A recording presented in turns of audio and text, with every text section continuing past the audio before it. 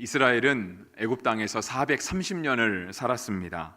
그리고 430년이 끝나는 그날에 여호와께서 이스라엘 백성들을 출애굽 시키셔서 애굽 땅을 떠나오게 하셨습니다. 이스라엘 백성 입장에서 볼 때는 오랜 이방 생활, 외국인에서 외국 땅에서 살아가는 생활이 끝나게 된 것이고요. 이스라엘 백성들의 조상들 아브라함과 이삭과 야곱에게 약속하셨던 그 언약의 땅으로 다시 돌아가는 날이 되었던 것입니다. 그러니까 이스라엘 입장에서 보면 은혜의 날이 시작된 것입니다. 이제 하나님께서 우리를 이끌어 주시는 그런 새로운 날들이 그들에게 펼쳐지게 된 것이죠. 이렇게 유월절을 중심으로 해서 이스라엘 백성들이 새로운 삶을 살아가게 되는, 그러니까 출애굽해서 하나님께서 언약하셨던 그 언약의 땅으로 들어가는 새로운 출발점, 이때부터 우리 하나님께서는 유월절을 지키라고 명령하셨습니다. 그러니까 유월절이 그날의 시작인데도 시작임과 동시에 이거를 대대로 기념하는 그러한 지켜야 될 날로 하나님의 명령이 있었던 것입니다. 그 지켜야 되는 내용의 구체적인 바는 43절부터 49절까지 나와 있습니다. 우리가 아까도 봉독한 말씀인데요. 43절부터 보시면 여호와께서 모세와 아론에게 이르시되 유월절 규례는 이러하니라. 이방 사람은 먹지 못할 것이나 각 사람이 돈으로 산 종은 할례를 받은 후에 먹을 것이며 거류인과 타국 품꾼은 먹지 못하리라 했습니다. 그러니까 먼저 유월절 규례를 지키는 데 있어서 유월절 식사에 참여할 수 없는 사람들을 성경이 말씀하고 있습니다. 그들은 누구였냐면 43절 끝에 나오는데요. 이방 사람은 일단 먹을 수 없습니다. 그러니까 먹지 못할 것이다 라고 주님이 말씀하셨고요. 또 45절에 보시면 거류인과 타국 품꾼은 먹지 못하리라 했습니다. 그러니까 세 종류의 사람들이라고 할 수 있겠죠. 이방 사람, 또 거류민, 타국 품꾼. 물론 표현하는 말은 다 다르기는 하지만 어쨌든 이들이 표현하는 말이 이스라엘 백성은 아닌 것으로 우리가 알 수 있습니다. 먼저 이방 사람은 확실히 아니겠죠. 거류인이라고 했으니까 거류인 중에는 조금 애매할 수 있겠지만 타국 품꾼은 말 그대로 다른 나라 사람입니다. 근데 왜 하나님께서 이들에게 유월절 식사를 참여하지 못하게 하셨는가? 그들은 나중에 나오는, 그러니까 유월절을 지키고자 하는 이방인들도 나오는데요. 이들을 분류해서 주님께서 말씀하셨던 이유는 무엇이냐면 이들은 사실상 그들의 필요에 의해서 이스라엘 백성들 가운데 함께 살아가는 사람들이었다라고 볼 수 있습니다. 우리가 한편으로는 의문이 들 수 있어요. 왜냐하면 우리가 40절부터 보았는데 40절에 하시는 말씀도 이스라엘 자손이 애굽에 거주한 지 430년이 지났다라고 얘기하면서 430년이 끝나는 그날에 여호와의 군대가 애굽 땅에서 나왔은즉 했으니까 분명 그렇게 말씀하시면서 유월절 규례를 우리 가운데 언급하시면 이 유월절 규례를 듣는 사람들은 430년의 시간을 마치고 이제는 그들에게 펼쳐진 새로운 삶을 살아갈, 비록 가나안 땅까지 한참을 걸어가야 하긴 했지만 그럼에도 불구하고 애굽 땅에서 막 나온 사람들, 그러니까 어쩌면 이방인은 잊기 어렵지 않았을까 하는 생각이 드는 거죠.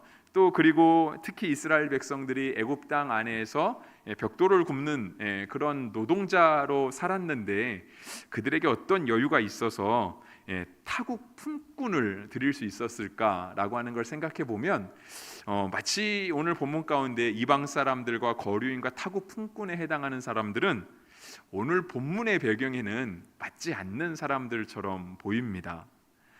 그런데 47절에도 보시면은요, 이스라엘 회중이 다 이것을 지킬지니라 라고 이야기하면서 이 규례는 이스라엘 백성들이 지금은 출애굽하고 있지만 하나님께서 이스라엘 백성들을 출애굽시키셔서 이제는 그 가나안 땅을 향해 갈 거잖아요. 그러니까 우리의 삶은 여기에 머물러 있지만 실제로 우리의 삶이 저 가야 될 목적지를 향해서 가고 있는데 그 목적지의 삶을 살아가는 그때에 이러한 삶을 살아라 라고 말씀하시는 거죠. 그래서 어쩌면 이 말씀은 이스라엘 백성들에게 현재에 있어서 전혀 무관한 말씀으로만 볼 수는 없습니다. 왜냐하면 우리도 천국을 향해 가고 있잖아요. 비록 우리는 아직 천국을 살고 있지 못합니다.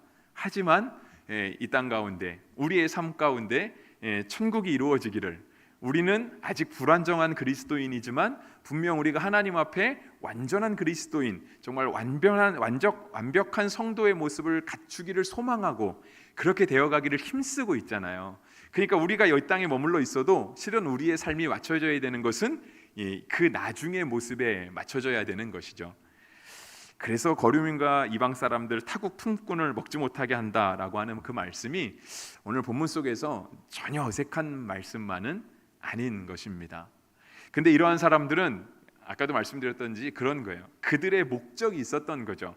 그들이 이스라엘 안에 거해야만 하는 그들 고유의 목적이 있었던 겁니다. 그래서 함께 이스라엘 안에서 살아가기는 해요.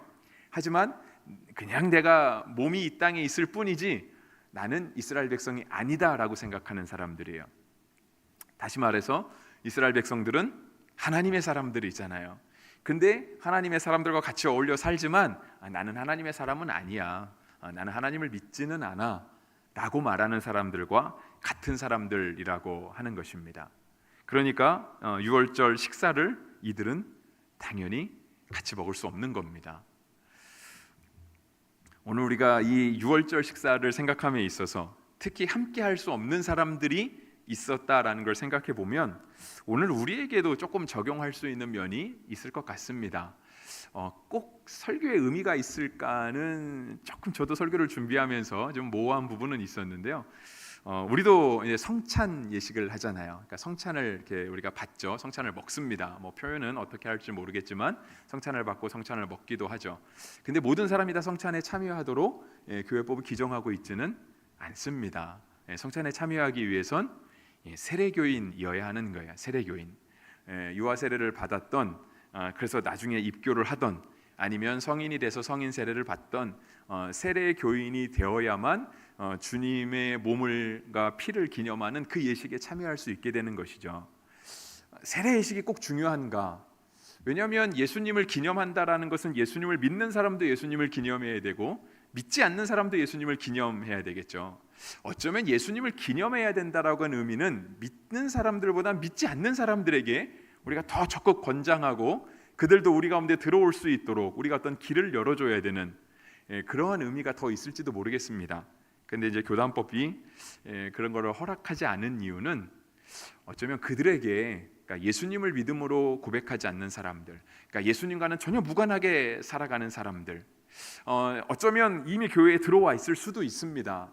어쩌면 남들이 보낼 때는 신앙생활이라고 인정할 만한 그런 외형적인 신앙은 갖추고 살아가는 사람들일지도 모르겠습니다. 그런데 정말 우리의 마음의 중심으로 예수님이 그리스도십니다. 예수님이 주인이십니다.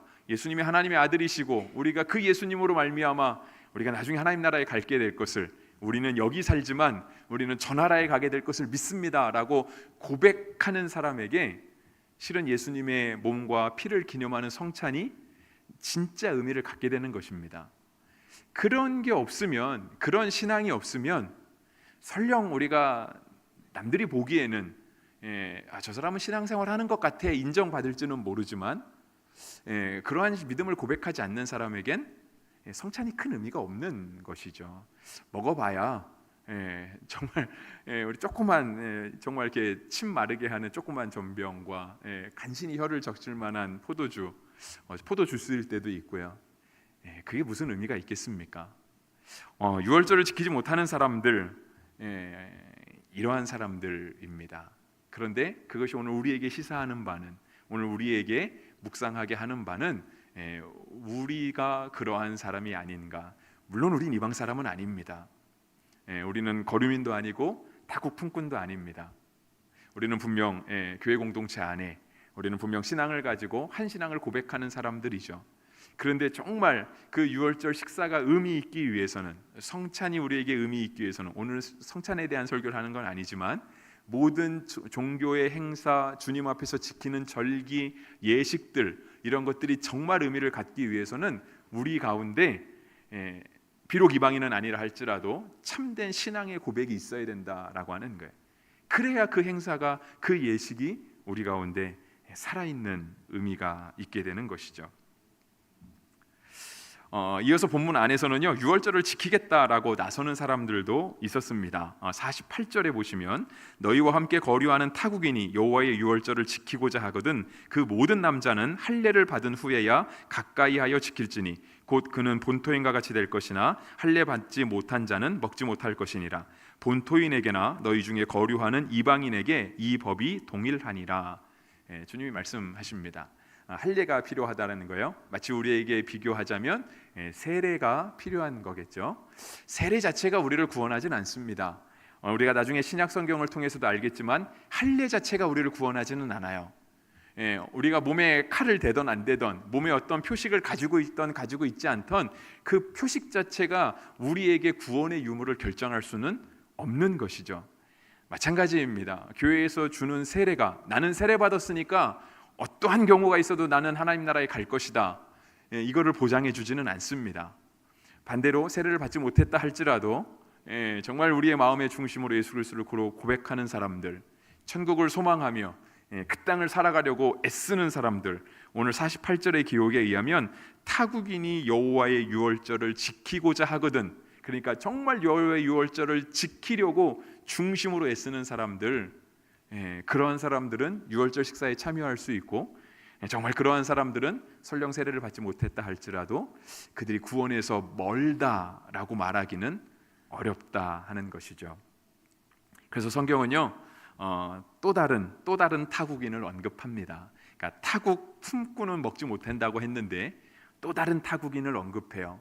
근데 이 또 다른 타국인은 누구냐면 여호와의 유월절을 적극적으로 참여하려는 사람들.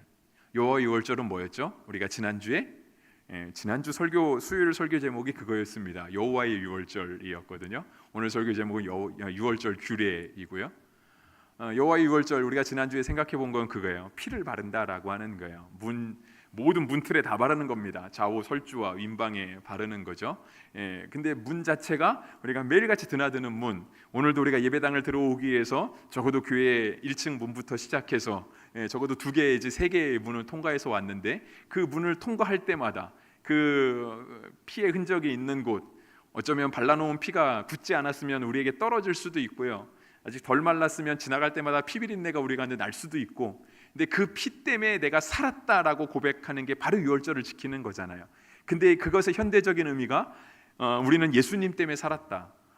맨날 그 피를 보면서 저 피가 나를 살린 것이 아니라 그 피가 예수 그리스도의 어린 양의 보혈인데 예수님의 피로 우리가 살았다라는 것을 유월절에 참여함으로 그것을 고백한다라고 하는 거예요. 근데 그 고백을 드리고자 하는 사람이 있다라고 한다면 그가 또 다른 타국인이라 할지라도 그는 본토인과 동일하게 49절 끝에 그랬잖아요. 이방인에게 이 법이 동일하니라 라고 적혀 있는데 동일한 법이 적용되는 겁니다. 유월절 예식에 참여할 수 있게 되는 것이죠. 그래서 우리가 이 말씀을 통해서 오늘 우리에게 묵상해 볼 또 다른 모습은 무엇이냐면 우리 가운데 과연 차별은 없지 않은가 하는 것입니다. 그러니까 이스라엘 백성에서 볼 때는요, 분명 이방인이에요. 우리와는 구별되는 외국 사람입니다. 근데 그들에게 그 모습이 보이는 거예요. 유월절을 지키겠다라고 하는 그 결심, 그 중심으로부터 나오는 신앙의 고백. 오늘 우리에게 따지면 그거겠죠. 우리 교회 공동체 안에 함께 신앙생활 하면서 함께 한 믿음을 고백하는 사람들이 있습니다. 그래서 정말 하나님 입장에서 볼 때는 누가 봐도 다 예수 그리스도의 피로 값주고 사신 천하보다 귀한 영혼들인 거죠.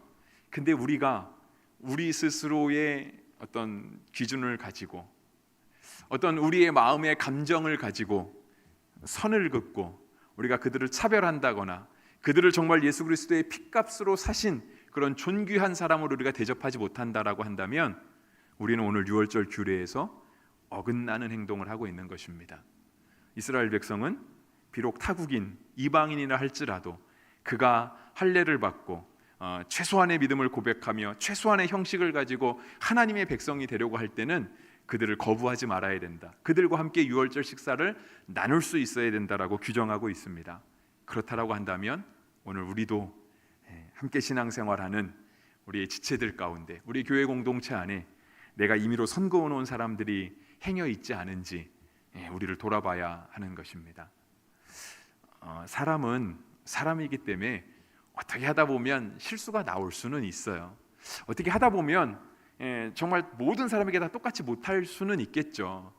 하지만 내가 누군가에게 다 똑같이 못한다 할지라도, 그러니까 어떤 사람에게도 마음을 10개만큼 쓰면 다른 사람에게도 마음을 10개만큼 써야 되는데, 사람이다 보니 그게 똑같이 안 된다 할지라도요, 우리가 그것을 당연하게 여겨서는 안 된다라고 하는 것이고요. 그러한 실수를 우리 가운데 너무 익숙한 것으로, 당연한 것으로 받아들이고, 그것을 나의 실수니까 그냥 묵인해줘, 용납해줘라고 하는 것은 결코 안 된다라고 하는 것이죠. 이게 오늘 구약에서 보는 유월절 규례이기는 한데요, 실제로 이후에 나오는, 그러니까 우리가 신약에서 바라보는 예수님의 규례는 굉장히 더 엄격합니다. 그러니까 예수님의 규례를 따지면은요, 어쩌면 천국 갈 사람이 아무도 없을 수도 있습니다. 제가 준비한 말씀은 우리가 이제 지난 주일에도 누가복음 6장에 있는 예수님의 평지설교 사복사화에 대한 이야기를 했는데요, 마태복음에 기록된 산상수훈 8복 이후에 나오는 말씀들을 보면 예수님의 더 엄격한 기준이 있어요. 제가 몇 개 읽어드리겠습니다. 6가지에 대한 말인데요, 마태복음 5장 21절부터 보시면, 옛사람에게 말한 바 살인하지 말라, 누구든지 살인하면 심판을 받게 되리라 하였다는 것을 너희가 들었으나.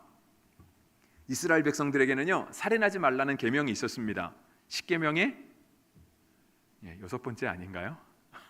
네, 10계명이 있잖아요. 살인하지 말지니라. 이스라엘 백성들이 늘 들어왔던 말씀이에요.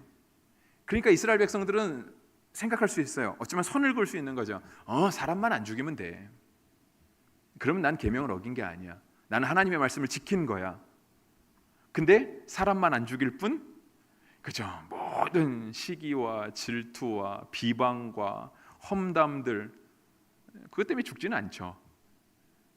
그런데 그들의 율법에서 그들이 도망가는 거예요. 난 안 죽였어. 난 사람을 죽인 적은 없어. 난 그러니까 괜찮아. 주님이 뭐라 그러시냐면, 그런 것을 너희가 들었으나 나는 너희에게 이르노니 형제에게 노하는 자마다 심판을 받게 되고, 형제에 대하여 나가라 하는 자는 공회에 잡혀가게 되고, 미련한 놈이라 하는 자는 지옥불에 들어가게 되리라. 예수님의 가르침은요, 더 엄격해요. 근데 우리는 오늘 본문이 기록된 유월절 규례로 이 땅을 살아가는, 신앙생활하는 사람이 아니라 예수님의 말씀을 붙들고 신앙생활하는 사람들이라고 하는 거죠. 물론 제가 여기서 완벽해야 된다고 말하는 건 아니에요. 이 완벽함을 따지면 누가 완벽할 수 있겠습니까? 아마 예수님 말고는 아무도 없겠죠. 그런데 그렇다 할지라도 우리가 오늘 우리에게 주시는 예수님의 말씀을 결코 가벼이 여길 수는 없다라고 하는 것입니다. 그 다음에 이어지는 두 번째는 그것이죠. 마태복음 5장 27절의 말씀인데요, 또 간음하지 말라 하였다는 것을 너희가 들었으나. 그죠? 이것도 십계명에 있죠, 그죠? 7번째에 있습니다. 근데 예수님은 뭐라 그러시냐면, 나는 너희에게 이르노니 음욕을 품고 여자를 보는 자마다 마음에 이미 간음하였느니라. 저는 얼마나 많이 했을까요? 셀 수도 없죠. 앞으로 할까요, 안 할까요? 앞으로도 셀 수 없을 겁니다. 하나님의 창조의 섭리가 그렇기 때문에 그래요. 핑계를 대는 게 아니고요. 근데 이 말씀 자체가 그거예요. 간음은 하지 않았지만 어떤 남자의 완력을 가지고, 아니면 이게 남자의 당연한, 표현이 적절할지 모르겠지만 습성이다 생각해서 이걸 정당화하는 행위, 물론 이건 여성에게도 마찬가지입니다. 성경 당시에는 남성이 중심으로 적혀 있기 때문에 여자에 대해서 언급하지 않았다고 해서 여자가 품는 음욕은 괜찮다, 이거를 말하는 건 아니에요. 우리가 도망갈 길이 없다라고 하는 거예요. 그 다음에 이어지는 말씀, 맹세에 대한 겁니다. 또 옛사람에게 말한 바 헛맹세하지 말고 내 맹세한 것을 주께 지키라 했다는 것을 너희가 들었으나 나는 너희에게 이르노니 도무지 맹세하지 말라. 하늘로도 안 되고 땅으로도 안 되고 우리의 머리로도 안 되고 발등상으로도 안 되고. 그 맹세할 수 없는 이유는 뭐냐면 우리가 한 터럭도 희고 검게 할 수 없기 때문이다. 마태복음 5장 36절 말씀입니다.